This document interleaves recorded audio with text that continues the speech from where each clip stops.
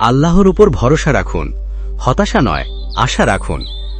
আমরা জীবনের পথে চলতে গিয়ে মাঝে মাঝে এমন কঠিন পরিস্থিতির মুখোমুখি হই যখন চারদিক অন্ধকার মনে হয় বুঝি সব পথ বন্ধ, কোনো আশার আলো নেই। হতাশা নিরাশা যখন মনকে ঘিরে ধরে, তখন আমাদের মনে প্রশ্ন জাগে, কি হবে, কিভাবে সবকিছু ঠিক হবে? এই কঠিন সময়ে শয়তান আমাদের মনে আল্লাহর রহমত সম্পর্কে নিরাশ হবার কুমন্ত্রণা দেয়। একজন মুসলিম হিসেবে আমাদের মনে রাখতে হবে, হতাশা নয়, আশা হলো আমাদের সবচেয়ে বড় শক্তি। আল্লাহ তাআলা পবিত্র কোরআনে বলেছেন, তোমরা আল্লাহর রহমত থেকে নিরাশ হয় না। সূরা জুমার আয়াত 53।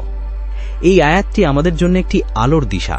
এটি স্মরণ করিয়ে দেয় যে যতই কঠিন পরিস্থিতি আসুক না কেন, আল্লাহর রহমত অসীম এবং তার সাহায্য সর্বদা আমাদের সাথে আছে।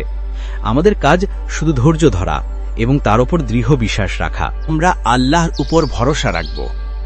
তার ক্ষমতা অসীম। আল্লাহ সকল ক্ষমতার উৎস। তিনি কোনো কিছুকে হও বললেই তা হয়ে যায়। আমাদের সীমাবদ্ধ বুদ্ধি দিয়ে যা অসম্ভব মনে হয়, আল্লাহর কাছে তা অতি সহজ। তিনি যা ইচ্ছা করেন তাই হয়। তিনি সর্বজ্ঞ ও প্রজ্ঞাময়। আমাদের জন্য কোনটি ভালো আর কোনটি মন্দ একমাত্র আল্লাহই জানেন। আমরা হয়তো কোনো বিপদে পড়ে হতাশ হয়ে পড়ি, কিন্তু আল্লাহ হয়তো সেই বিপদ থেকেই আমাদের জন্য কোনো মহৎ কল্যাণের পথ খুলে রেখেছেন, যা আমরা তখন দেখতে পাই না। তিনি দয়ালু ও ক্ষমাশীল। আল্লাহ আমাদের ভুল ত্রুটি ক্ষমা করতে প্রস্তুত। তার দয়ার কোনো সীমা নেই। আমরা যতবারই তার কাছে ফিরে যাই, তিনি আমাদের ক্ষমা করেন এবং নতুন করে শুরু করার সুযোগ দেন। কষ্টের পরই স্বস্তি। আল্লাহ বলেছেন, নিশ্চয়ই কষ্টের সাথে স্বস্তি রয়েছে। সূরা ইনশিরাহ আয়াত 5-6। এই আয়াতগুলো আমাদের শেখায় যে কোনো কষ্টই চিরস্থায়ী নয়। প্রতিটি রাতের পরেই যেমন দিনের আলো আসে, তেমনি প্রতিটি দুঃখের পরেই আনন্দের আগমন ঘটে। কিভাবে আমরা আল্লাহর উপর ভরসা রাখব? আল্লাহর কাছে প্রার্থনা করুন।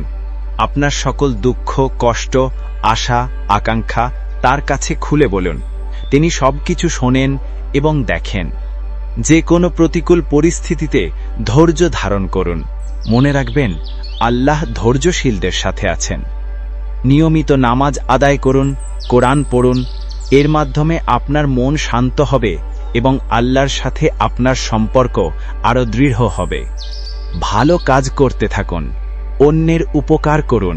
সৎকর্ম আল্লাহর রহমত আকর্ষণ করে। শেষ কথা, জীবন এক পরীক্ষা।